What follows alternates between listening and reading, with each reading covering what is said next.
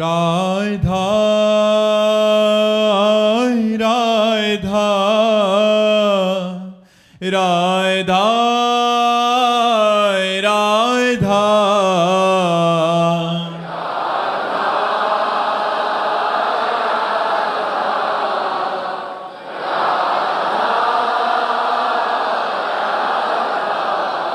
हाय राधा राधा राधा राधा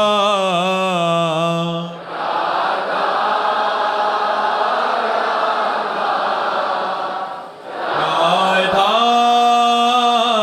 राधा श्री राधा वल्लभ लाल की समस्त संत हरि भक्तन की श्री वृंदावन धाम की सतगुरुदेव भगवान की। पलक झंबर जी फरीदाबाद से। राधे राधे महाराज जी। महाराज जी, जब बार बार दूसरों को देखकर लगे कि हम पीछे रह रहे हैं और चाहकर भी तुलना करना बंद ना हो तो अपना मार्ग में कैसे और सुदृढ़ करें? तो आगे आप क्या देखते हैं? मोटरसाइकिल, गाड़ी, पद, प्रतिष्ठा, रुपया, पैसा, क्या देखते हैं आप? आगे तो सांसारिक वस्तुएं ही देख रहे हैं महाराज जी। तो ये कोई देखना हुआ है तो नाशवान बात है। देखना तो ये है कि आगे हमसे निकला जा रहा अध्यात्म में, भजन में, तब तो बात वो नहीं है। तो सब बेकार की चीजें हैं। अभी मर जाओगे तो तुम्हारे साथ क्या जाएगा? तुम्हारी गाड़ी, तुम्हारा रुपया, बैंक बैलेंस, मित्र, पति, पुत्र, परिवार सब यहीं रह जाएगा। ये देखना कोई अच्छा देखना नहीं है और इसकी पूर्ति तो कभी हो ही नहीं सकती। आगे वाले को देखना, सामने वाले को देख करके जीना, ये तो जलन का जीवन है। एक लड़के ने अपने पिताजी से कहा, बड़े धनी मानी थे, स्कूल पैदल जाता था। तो एक दिन देखा एक लड़का साइकिल से निकला। ये तो बढ़िया यार, पैदल से तो बहुत अच्छी चीज है। सामने वाले को साइकिल में जाते देखा। उसने कहा, पिताजी हमको एक साइकिल ले दो। चलो बेटा है, ले दिया। अब कुछ दिन साइकिल से चला तो बगल से एक स्कूटी से निकल गया। यार इसमें तो पैर भी नहीं चला ले, केवल हाथ का ही सहारा दे रहा है। बोले पापा कल से स्कूल हम नहीं जाएंगे। बोले क्यों? बोले मुझे स्कूटी चाहिए, मोटरसाइकिल चाहिए। धनी मानी थे, मोटरसाइकिल दे दी। कुछ दिन मोटरसाइकिल से चले तो पानी गिर रहा था, हवा चल रही थी, भींज रहा था। देखा कि कार में शीशा बंद, आराम से बैठा आदमी बगल से निकल गया। यार क्या चीज है, मकान में जैसे बैठे। घर गया, मोटरसाइकिल खड़ी कर दी। पिताजी से कहा, पिताजी जब कार खरीदोगे तो स्कूल जाएंगे। वो धनी मानी थे, उन्होंने कार खरीद दी। एक दिन बहुत जाम लगा हुआ था। जाम में देखा कि निकलने का कोई चांस नहीं है और ऊपर से देखा हेलीकॉप्टर सर से निकल गया। उसने कहा, यार ये तो बहुत ऊंची चीज है। गए, बोले पिताजी कार खड़ी है, कल से हम जब हेलीकॉप्टर लोगे तब स्कूल जाएंगे। तो थप्पड़ मारा, कालाम कटा के घर बैठ, तेरे लिए हेलीकॉप्टर ले। हमारी कुछ दशा ऐसी ही है। हम आगे सामने वाले को देखते जाए तो कहां तक देखते जाए, एक से एक बढ़कर मिलता जाएगा और मुझे कभी शांति नहीं होगी। इसलिए जब आवे संतोष धन, सब धन धूरि समान। संतोष धारण करो और नाम जप करो। भगवान ने बहुत अच्छा किया है, आपको स्वस्थ बनाया। आप देख सकते हैं, आप बोल सकते हैं। जरा उन प्राणियों को देखो जो देख ही नहीं सकते, जो बोल ही नहीं सकते, जो सुन ही नहीं सकते। भगवान ने आपको तो सुनने योग्य बनाया, देखने योग्य बनाया, बोलने। कभी उनको धन्यवाद दीजिए हर कि भगवान आप बड़े कृपालु, हम पर बड़ी कृपा है। आपको भोजन मिलता है। कितने ऐसे लोग हैं पेट भरने के लिए परेशान है, आप चैन से सोते हो। देखो कितने लोग हैं फुटपाथ में, मच्छर में ऐसे ही पड़े सो रहे हैं।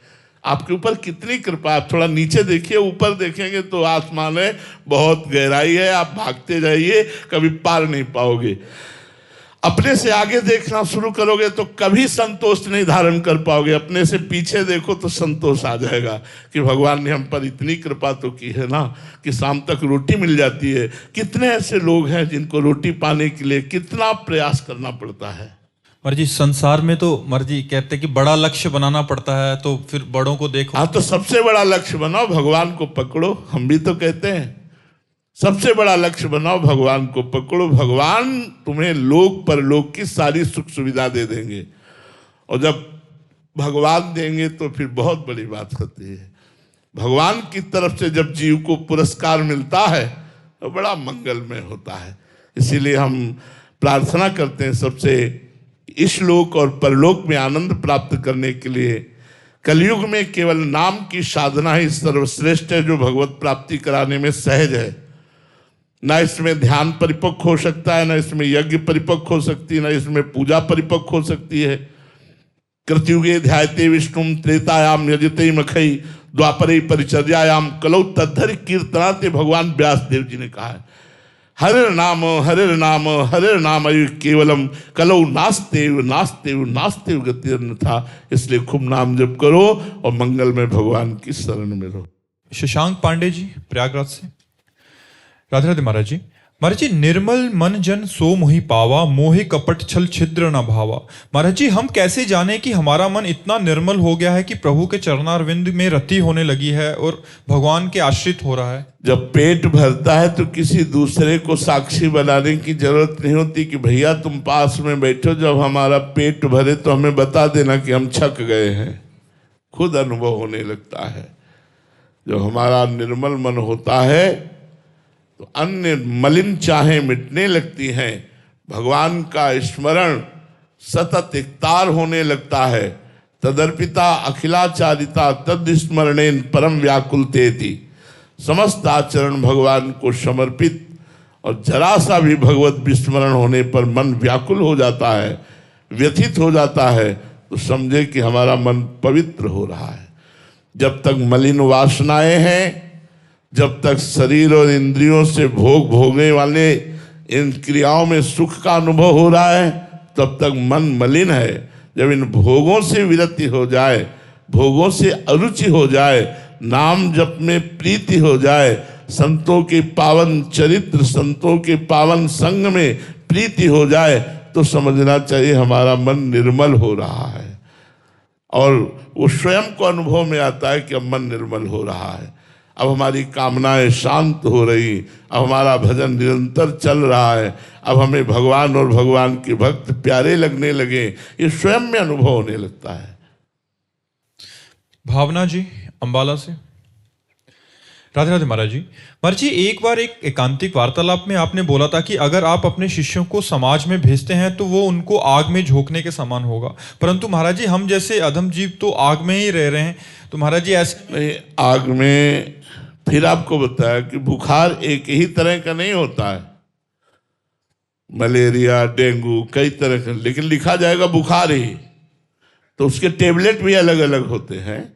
हम उन शिष्यों को कहते हैं जिनको वैराग्य मार्ग में चलाया है, जिनको आजीवन ब्रह्मचर्य की शिक्षा, आजीवन परिग्रह रहित रहना, निरंतर भगवत चिंतन परायण रहना, किसी से किसी भी तरह का संग न होना, हम इनको किसी भी स्वार्थ की पूर्ति के लिए संसार में नहीं भेज सकते।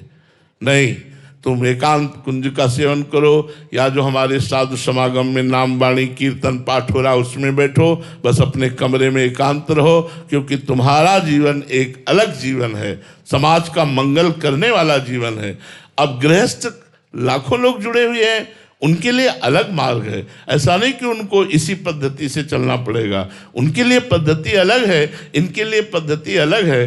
तो आप जहाँ रह रही हैं, क्या वहाँ नाम जप नहीं कर सकती, वाणी पाठ नहीं कर सकती, ठाकुर सेवा नहीं कर सकती, अपने गुरुजनों की सेवा नहीं कर सकती? अगर कर सकती हैं तो जो इनको एकांत में प्राप्त होगा वो तुम्हें घर में प्राप्त होगा, परेशानी क्या है? एक हम महाभारत का दृष्टांत सुनाते हैं। एक कश्यप नाम के ऋषि एक वृक्ष के नीचे तपस्या कर रहे थे,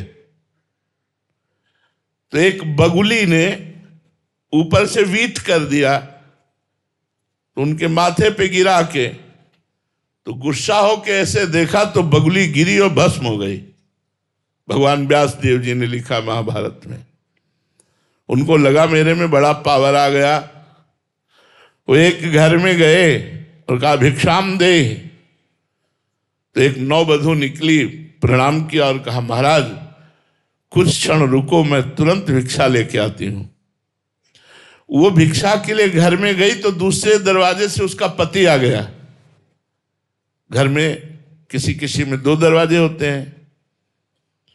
उसने तुरंत पति का आदर किया, उनको ले जाकर आसन पर बैठाला, उनसे मृदु वचन बोले, जल पिलाया। जब वो स्वस्थ होकर बैठ गए तो पतिव्रता थी, उसने कहा भगवान आपके घर के दरवाजे में भिक्षुक खड़ा है, क्या उसको भिक्षा दे दें? उनका अवश्य अवश्य, पहले जाओ उनको भिक्षा दो।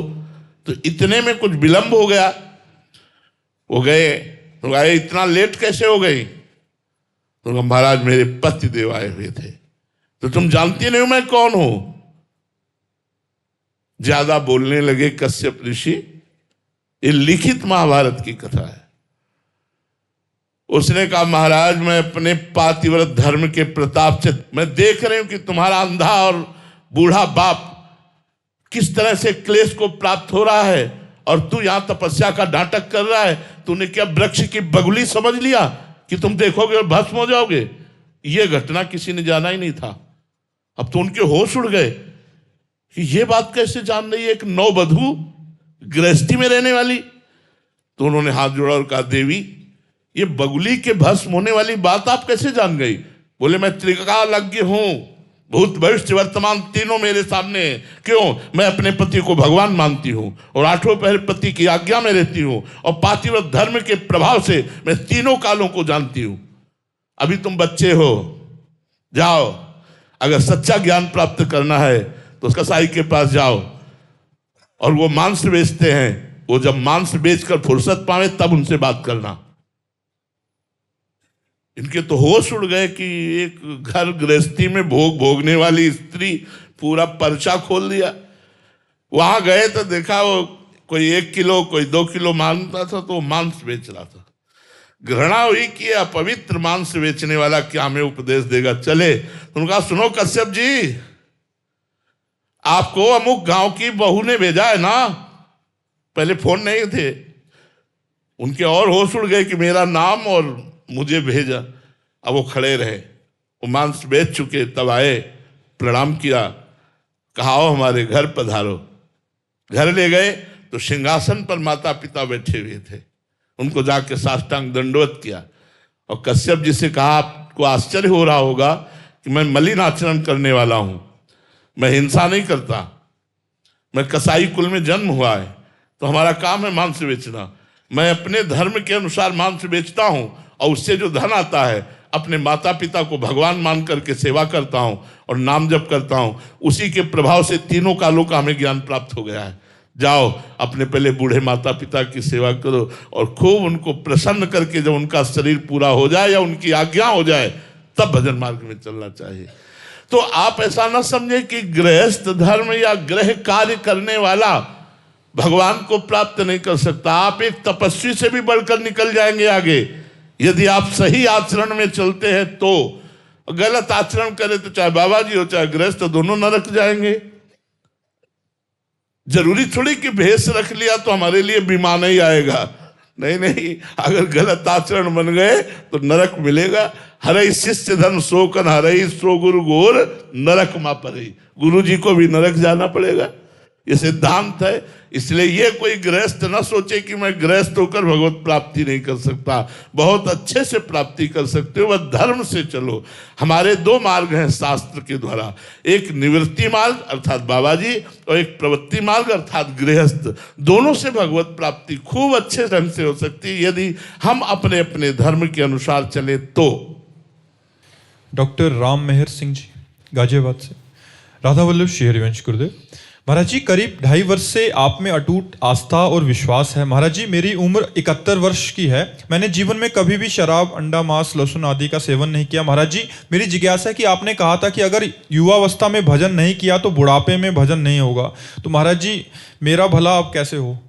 अभ्यास करो, अभ्यास शुरू कर दो। अभी तो इतने बूढ़े नहीं हो कि बुद्धि काम नहीं कर रही, अभी बुद्धि काम कर रही, अभी हो सकता है जबान से नाम जप करना शुरू कर दो।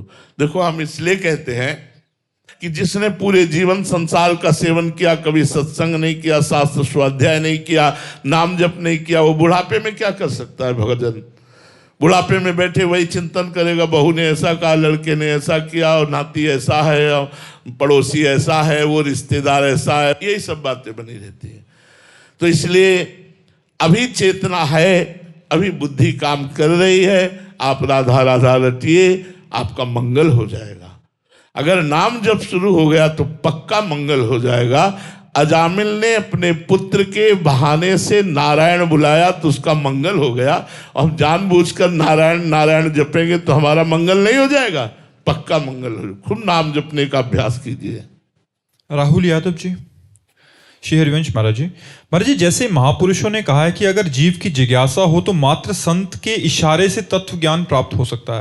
महाराज जी, हम जैसे अधम इस इशारे को कैसे समझें? वो इशारा क्या है? भैया, जब तक हृदय पवित्र नहीं होता तब तक ये इशारे विसारे कुछ काम नहीं करते। जनक जी से अष्टावक्र जी ने कहा था, मैं तुम्हें ब्रह्म ज्ञान प्राप्त करा दूंगा, घोड़े की रकाब पर पैर रखकर घोड़े पर बैठने में जितना समय लगता है, मतलब रकाब पे पैर रखा, घोड़े पे बैठ गए, कितना लगा, इतने में तुम्हें ब्रह्म बोध करा दूंगा। क्यों? तैयार भूमि है, विदेह राज है, तैयार भूमि है, ब्रह्म बोध कराने में देर थोड़ी। अब अपने लोग ब्रह्म बोध शरीर अभिमान में पुष्ट हैं, भोगों के सुख में निमग्न हैं। अरे ब्रह्मबोध को ऐसे खीर समझ लिया, क्या खा लेंगे? यद्यपि मृषा छूटति कठिनई, जड़ चेतन ही ग्रंथि पड़ गई, यद्यपि मृषा छूटति कठिनई। यद्यपि हम असंग हैं, हम जीवन मुक्त हैं, हमें ना कभी कोई बांध सका है, ना हम बंधेंगे, ना हमें कोई मार सका है, ना हम मरेंगे। नैनम छिन्दन्ति शस्त्राणि नैनम दहति पावकः, न चैनम क्लेदयन्त्यापो न शोष्यति मारुतः। अशोच्य, अछेद्य, अक्लेद्य, ऐसे हम हैं। लेकिन हम कहाँ हैं? इस पंचभूत के देह में अपने राग को पुष्ट कर लिया। अब तो मैं पुरुष हूं, मैं स्त्री हूं, अब मुझे भोग चाहिए, अब मान चाहिए, रुपया चाहिए, बस फिसल गए। अब कहाँ प्राप्त होने वाला है वो?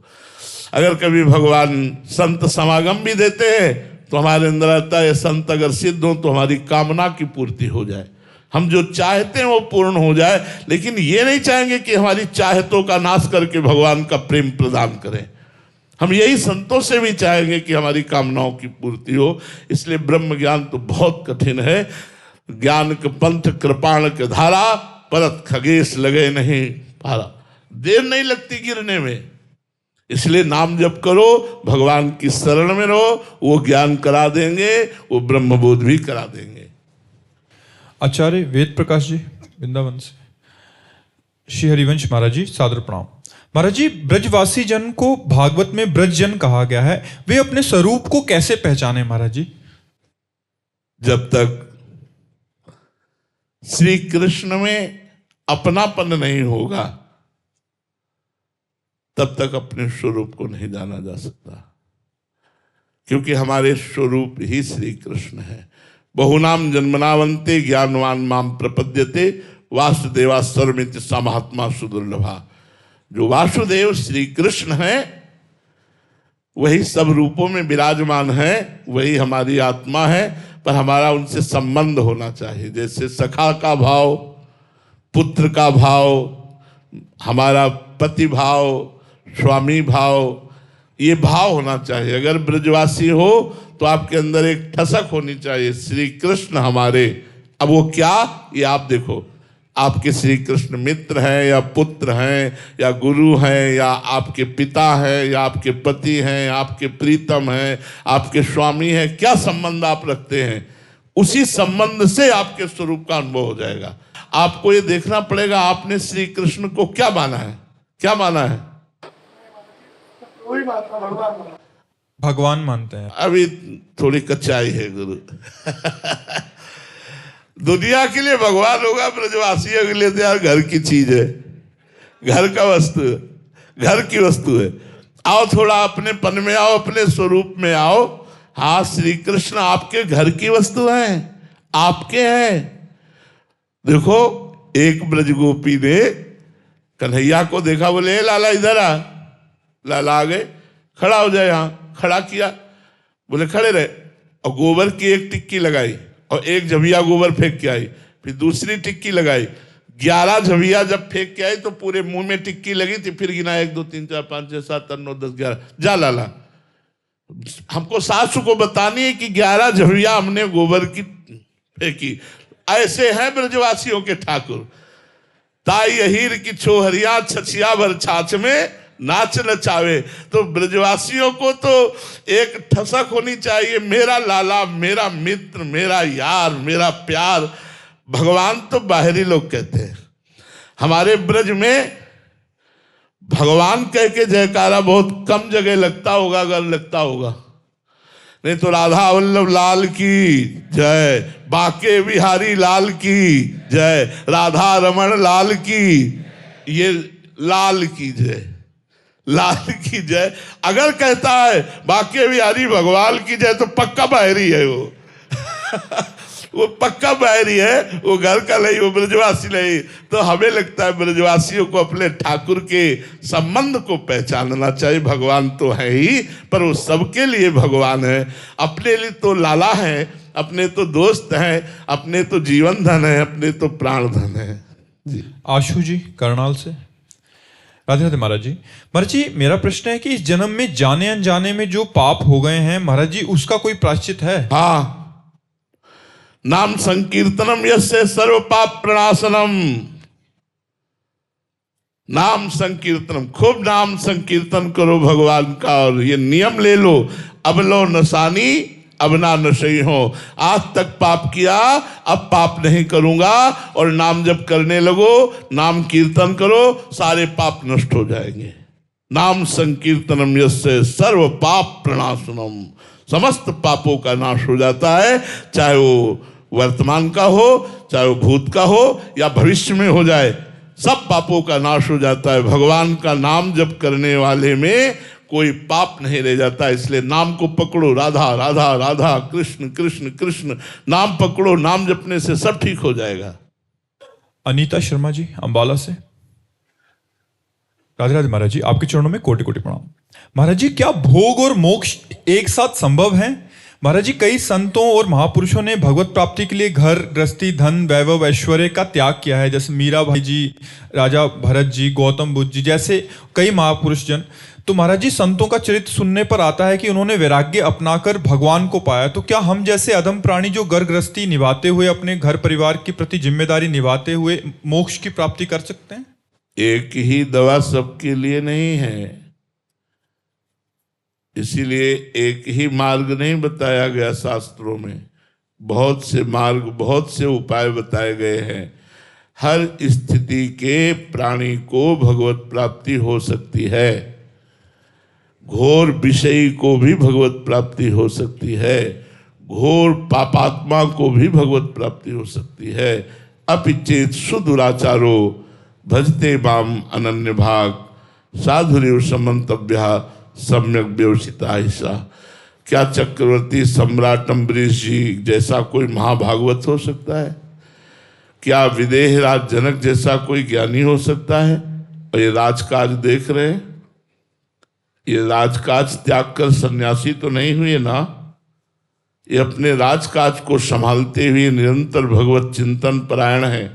वो अपने राजकाज को संभालते हुए अपने स्वरूप में स्थित है। तो जो गृहस्थ धर्म में है, विविध प्रकार के भोग सामग्रियों के बीच में है, उसे संत सेवा, अतिथि सेवा, गुरुजनों की सेवा और सतधर्म के द्वारा कमाए हुए धन से अपने परिवार और समाज की सेवा और नाम जप अगर ये करे तो निश्चित भगवत प्राप्ति हो जाएगी, इसमें कोई संशय नहीं है।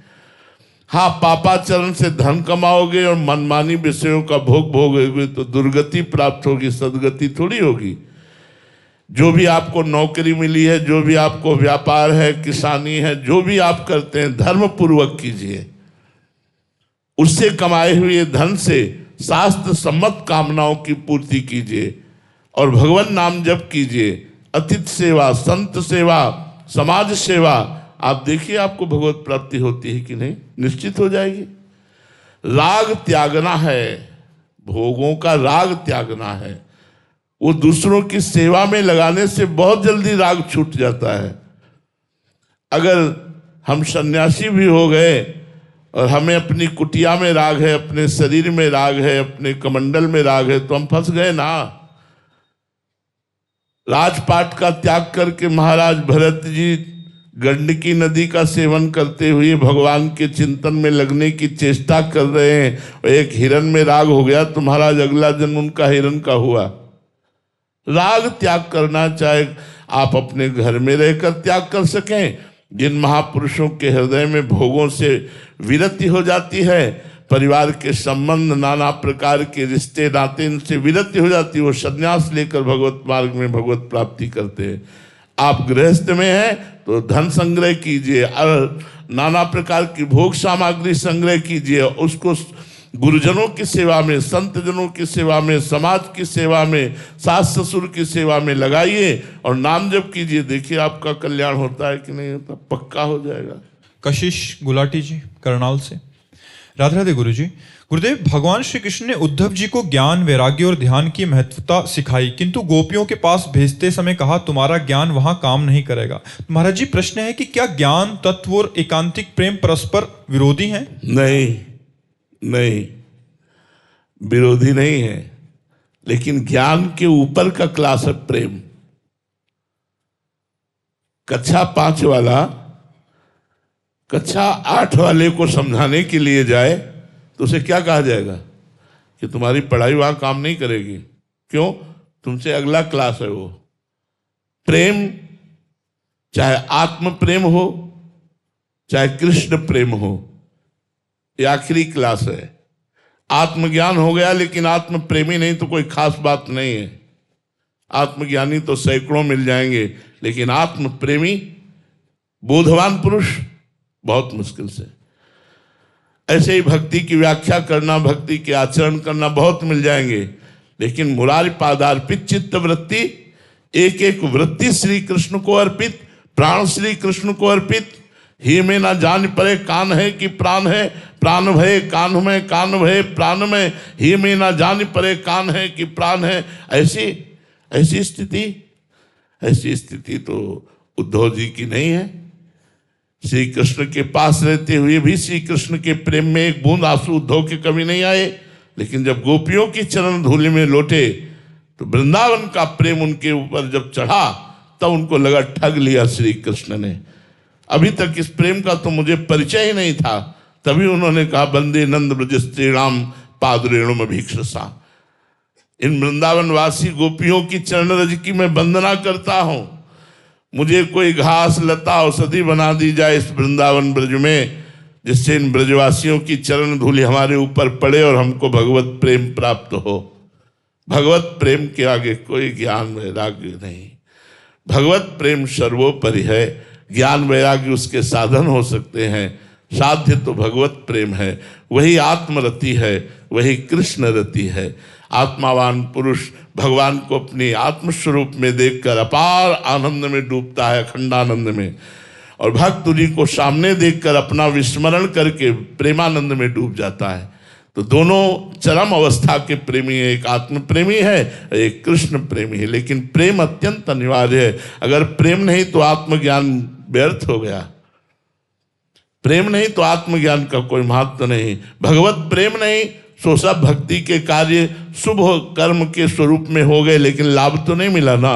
इसीलिए गोस्वामी जी कहते हैं जोग कुजोग ज्ञान अज्ञानू जहाँ नहीं राम प्रेम प्रधानु, सो सब धर्म कर्म जर जाओ जहाँ न राम पद पंकज भाऊ। भगवान के चरणों में यदि भाव नहीं, प्रेम नहीं, वो जो ज्ञान किस काम का। सनकादि से बढ़कर कोई ज्ञानी नहीं, हर समय हरिश शरणम जपते रहते हैं। तो उद्धव जी को तब पता चला कि ज्ञान का सच्चा अर्थ है प्रेम। कबीरदास जी ने कहा है पोथी पढ़ी पढ़ी जग मुआ पंडित भया न कोय, ढाई आखर प्रेम के पढ़े सो पंडित होए। जो प्रेम को प्राप्त कर लिया वही पंडित, वही ज्ञानी है, वही सबसे बड़ा महात्मा है जो प्रेम को प्राप्त कर लिया। तो उद्धव जी का ज्ञान इन प्रेमी गोपियों के आगे नहीं चला। उन्होंने नतमस्तक होकर प्रेम को स्वीकार किया। भारती साहू जी, राधे राधे महाराज जी। गुरुदेव, नाम जप में ऐसा कौन सा रहस्य है जिससे अचानक ही जीवन में परिवर्तन होने लगता है और प्रारब्ध भोगना सहज सा हो जाता है? बहुत बड़ी वस्तु है नाम जप। ब्रह्म राम ते नाम बड़ बरदायक वरदान, रामचरित सत कोटि में लिए महेश जिए जानी। सैकड़ों करोड़ों रामचरित मानस का अवगाहन करके भगवान शंकर ने ये निकाला कि भगवान से भी बढ़कर भगवान का नाम प्रभावशाली है, भगवान से भी बढ़कर भगवान के नाम की महिमा। ब्रह्म राम ते नाम बड़ वरदायक वरदानी, वर देने वालों को भी वर देने की सामर्थ्य नाम जापक में आ जाती है। वो भगवान को भी आशीर्वाद देता है, गुरु को भी आशीर्वाद देता है नाम जापक। इसलिए नाम में सब सामर्थ्य विराजमान है। जितना चाहो उतना माला माल हो जाओ, बस नाम जप करना शुरू कर दो। मन लगे ना लगे, श्रद्धा बने ना बने, भाव बने ना बने, आप नाम जप करें, फिर आप देखें परिणाम आपका मंगल होता है कि नहीं। यही पर लोग सकल सुख पावत मेरी, सो भैया कृष्ण गुण संचु। इस लोक में भी और परलोक में समस्त सुख आपको प्राप्त हो जाएंगे यदि भगवान का नाम जप करोगे। नाम में अपार सामर्थ्य है। नाम की महिमा कहाँ लगी? नाम बढ़ाई राम न सके नाम गुण गाई। कहाँ वर्णन कर सकता है कोई जीव? स्वयं ब्रह्म भी नाम की महिमा का वर्णन नहीं कर सकते। कहाँ लगी? नाम बढ़ाई राम न सके नाम गुण गाई। भगवान स्वयं अपने नाम की महिमा का पूर्ण वर्णन नहीं कर सकते। इसलिए खूब नाम जप करो, तुम्हारा मंगल होगा। श्री राधा वल्लभ लाल की। नागालैंड के गवर्नर हैं राज्यपाल।